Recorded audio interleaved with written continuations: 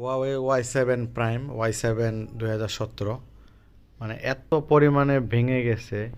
আপনারা অনেকেই জানেন যে ব্রোকেন ডিসপ্লে যেগুলো আছে, গ্লাস কিংবা টাচ যেটাই হোক, এখন আর আপনাদেরকে আগের মতো ভাঙা অবস্থায় ইউজ করতে হয় না, বা আগের মতো ভেঙে গেলেই পুরো ডিসপ্লে চেঞ্জ করতে হয় না।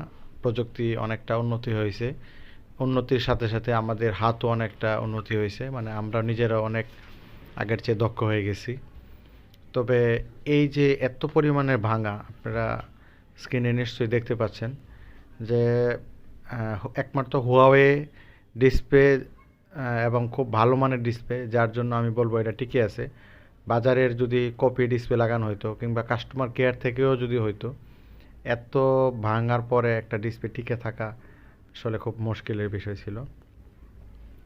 তো দেখেন ফাইনালি আলহামদুলিল্লাহ আমি এটা ওকে করতে পেরেছি। এরকম যত ভাঙা ডিসপ্লে আছে এগুলো আমরা কিন্তু ঠিক করে থাকি। আমাদের সাথে যোগাযোগ করুন ইনশাল্লাহ। আসসালামু আলাইকুম রহমতুল্লাহি ওয়া বারাকাতুহু।